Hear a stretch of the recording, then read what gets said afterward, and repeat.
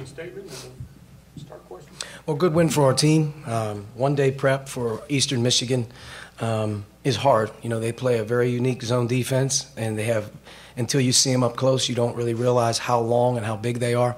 And playing against them in the past, I knew this was going to be a challenging game, especially on one day, but I thought our staff and our team really worked hard yesterday to identify a couple real key concepts to work against the zone, which was clearly to establish the ball getting inside and working through the paint. And I think that's a big reason why we only had eight turnovers, and I also think the shot selection, being able to play inside the zone and out, was pretty good. Guys got good looks, and were able to knock them down for, really the first time watching Josh and Rob make some shots. It felt a little bit different out there for us. So, but all in all, good win for our team. We got to get back to the basics here and figure it out. And obviously Wednesday night is going to be a big game for us, just like every other game has been. But I think the competition level moving forward in the next couple of weeks is going to be something that's going to be really, really challenging for us. So go back to work, use this weekend to get rested up, and then start over again next week. Obviously, first time in more than a year, Colin's back out there on the court. Kind of just take us through the decision process and where he got to that you were comfortable getting back out. Yeah, I think the hope was to get him maybe in this week. I don't think he was very confident in himself, and that prevented him from playing on Wednesday. The day in between, I think Tim and our docs really gave him encouragement that he's fine. And I think for the first time, he said to myself, if I'm going to get going, I got to get going here. I got to try it. So he was cleared yesterday, and definitely wanted to have an opportunity to see him get out there just so he can get moving. And lo and behold, he bangs his first three, and I think obviously probably a lot of pressure out of the building for him. So hopefully, knock on wood, keeping him healthy and now getting him back reacclimated into the lineup is important.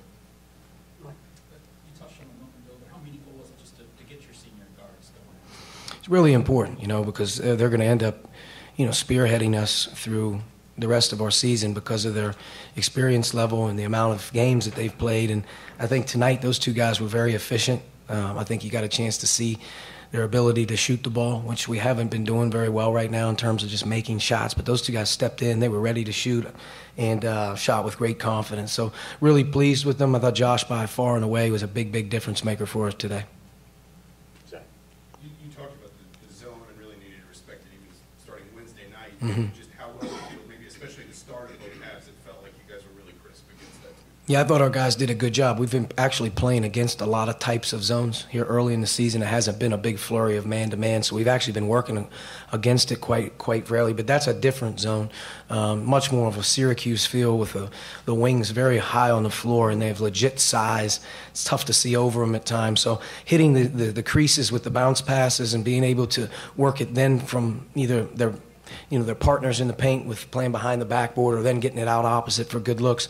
For the most part, I thought we were pretty patient. When we didn't, work it inside, obviously I don't think we were as good. But clearly, to be able to get, eight turnovers was a big deal, because if you turn it over against them, that's when they can become a real problem in transition for you. I was going to ask the same sort of thing. Duran and Juwan assisted each other in the first two buckets. So Yeah, we always tell them, look for your buddy. There's usually going to be one opposite or one in the middle, one under or one over. And first look on any catch in the post or any catch in the paint is obviously your buddy. And I thought they did a great job of finding them early behind the basket. And Duran in particular was very effective. He wasn't on the floor enough for us because he can command a lot of attention and he's a good passer. He had 29 bench points, but yeah. The job that Freddie and Zach in particular did, can you talk about that? Absolutely. I thought, for the first time all season, we just dove into the bench regardless of what we were thinking prior to going in. And it was a good step in the right direction for our team because, sometimes it's not an individual certain night. He doesn't have it going. And you have to be willing to trust the guys that are in there every day. Zach, in particular, what a great teammate, probably should be in there a lot more right now. And us learning our team and how we're doing things, I think today showed what he can bring to the table, which was an awesome attitude, unbelievable work ethic, and he did what he does in practice, he did in the game. He impacted our team in a positive way. Freddie really rebounded the ball for us tonight, had to play extended minutes, which was good to see, but he continues to really go after balls, which is his best attribute, but he did a really nice job. And I thought other guys stepped up and played as well. Justin made some good plays. I thought Al continues to be stellar just in terms of us trusting him with his IQ and how he plays. I'm not sure he's be honest with you, I'm not sure he's had a turnover in almost 4 games or whatever it may be. And he's doing a good job. But we're going to get contributions, I think, all the way down the line. And it's going to be one of those teams, I think, on a given night, different guys are going to have to be ready to step up. Coach, with all the games that you've had, you talked about how it's going to be a tough stretch. But tonight was the game where it all seemed to come together. Shots were falling from the first line. Freddie was working hard underneath. How do you see those guys getting so much energy after having been worked so hard? Well, I mean, we've had this has been an odd opening couple weeks for us just as a staff. You know, usually you play like a Wednesday, Saturday, and you have another Wednesday, Saturday. We've been very odd where it's been Friday to Sunday to Wednesday, I think, again, to Saturday or Sunday for South Florida, and then coming back Wednesday, Friday. So the rhythm that our players get in is hard. You know, they need rhythm as a player to rest, prep, play, and we've been on the fly. And to their credit, in the off days or the days in between the games, they've locked in on the message, whether that was disappointment from how we approached Arkansas State defensively or some of the things that we were going to have to do against the zone tonight.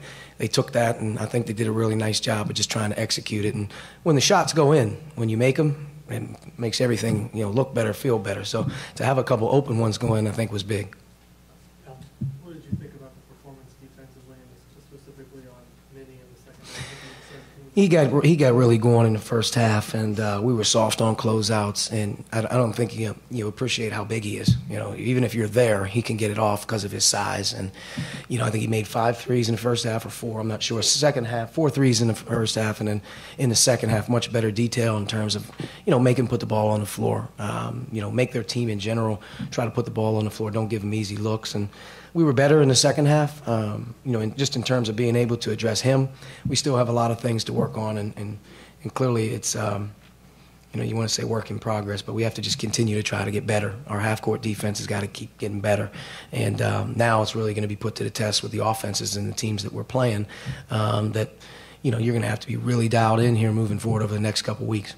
Tonight, it seemed to me it was characterized by hustle plays. Yeah. Was it kind of music to your ears to hear Jawan Skin squealing when he got that ball, he got the foul? He had Juwan had great effort there at times. I think Josh Newkirk made one of the great rundown blocks, and then unfortunately we have 3 guys over there standing around watching him and didn't run down and get the rebound. But we had a lot of, I thought, hard plays. Guys were making it. If you look at sort of the offensive rebounding numbers in the second half, challenged our team in the second half. We weren't rebounding at all in the first half. We weren't getting on the offensive glass. They were out rebounding us, I think, by 2. So to be able to look at what we did on the offensive glass in the second half, I know we were competing harder and playing harder.